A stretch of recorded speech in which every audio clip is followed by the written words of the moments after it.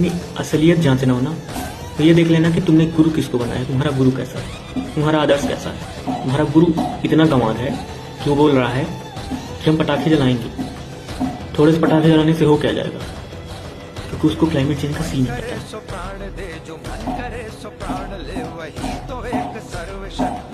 आज हम बताते हैं कि एक नकली आध्यात्मिक व्यक्ति को, नकली गुरु को, नकली पंडित को कैसे पहचाना जा सकता है, या फिर नकली ब्राह्मण को। पहली बात, वो ब्रह्मचर्य का संबंध जोड़ देगा किसी महिला से, शादी से।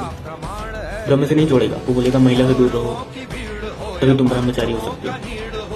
दूसरा, वो मनुस्मृति को बहुत ज्यादा बढ़ावा देगा। जीत की हवस नहीं, किसी पे कोई वश नहीं, क्या जिंदगी है ठोकरों पे मार। तीसरा, गरुड़ पुराण जैसे अंधविश्वास फैलाने वाली पुस्तकों को वो बढ़ावा देगा। चौथा, उसे क्लाइमेट चेंज का सीन नहीं पता होगा। पृथ्वी खतरे में है लेकिन उसको कुछ भी नहीं पता होगा एक शब्द, क्योंकि उसके हिसाब से आध्यात्मिक व्यक्ति को दुनियादारी की कोई समझ नहीं होनी चाहिए, दुनियादारी से कोई मतलब नहीं होना चाहिए।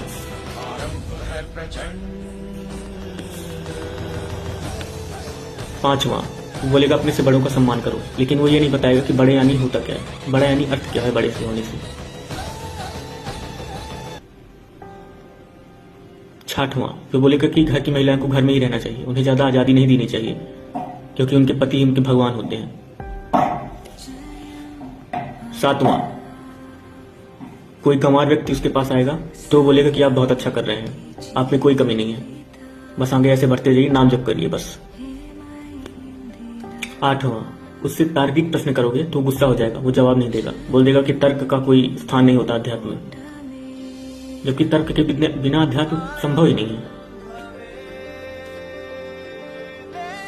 नौवां, वो स्वर्ग नरक जैसी बातें करेगा। 10वां, वो इस्तेमाल तो विदेशी चीजें ही करेगा, सब कुछ मॉडर्न जमाने की, एसी हो गया, पंखा हो गया, कूलर हो गया, कार हो गई, लेकिन ज्ञान ये देगा भारत की संस्कृति में जीन्स पैंट पहनना अलाउड नहीं है, इसको मत पहनो।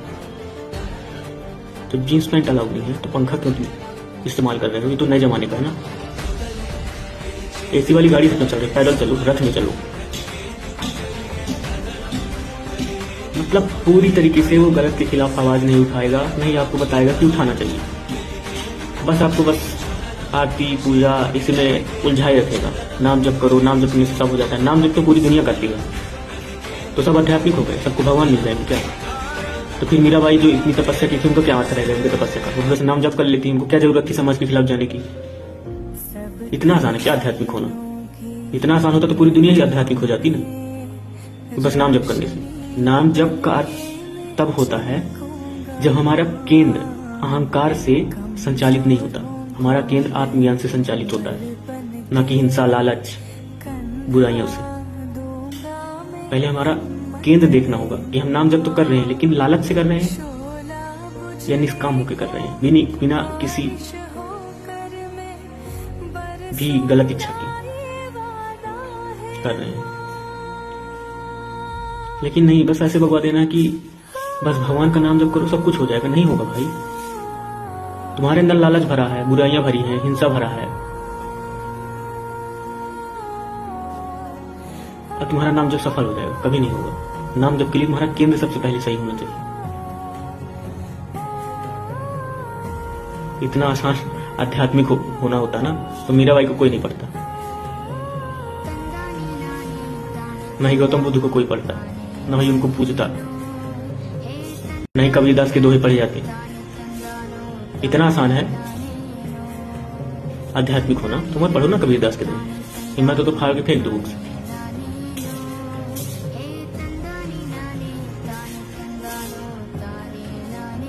आध्यात्मिक होने के लिए खुद को देखना होता है, आत्म अवलोकन खुद का, यह आध्यात्मिक होने की अनिवार्य शर्त। इसके बिना कोई आध्यात्मिक हो ही नहीं सकता जिसको खुद का ज्ञान नहीं है, और जिसको दुनिया का ज्ञान नहीं है। खुद का और दुनिया का दोनों का ज्ञान रहेगा वो आध्यात्मिक हो सकता है। ऐसे नहीं कि बस हम 2-4 श्लोक रट लिए हैं गीता का और हमें दुनिया का कुछ नहीं पता है, कौन सी टेक्नोलॉजी आ रही है, क्लाइमेट चेंज कैसे हो रहा है, किस कारण से हो रहा है।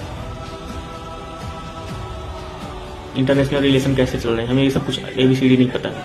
और हम आध्यात्मिक बन गए, 2-4 श्लोक रख के, चंदन लगा के, भगवा वस्त्र पहन के, बड़ी बड़ी चोटी रख के,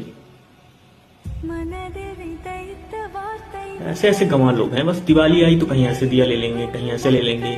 मुँह ऐसे रखो चाहे ऐसे रखो, और चाहे मुंह में रख लो। दिया दिखाने से दिवाली का संबंध थोड़ी। खुद की बुराइयों को समझने से दिवाली का मतलब, खुद को जानने से। गलत के खिलाफ जब आवाज उठाने की हिम्मत हो जाएगी, उस दिन समझ लेना कि हाँ, तुमको दिवाली का मतलब और राम का मतलब समझ में आ गया।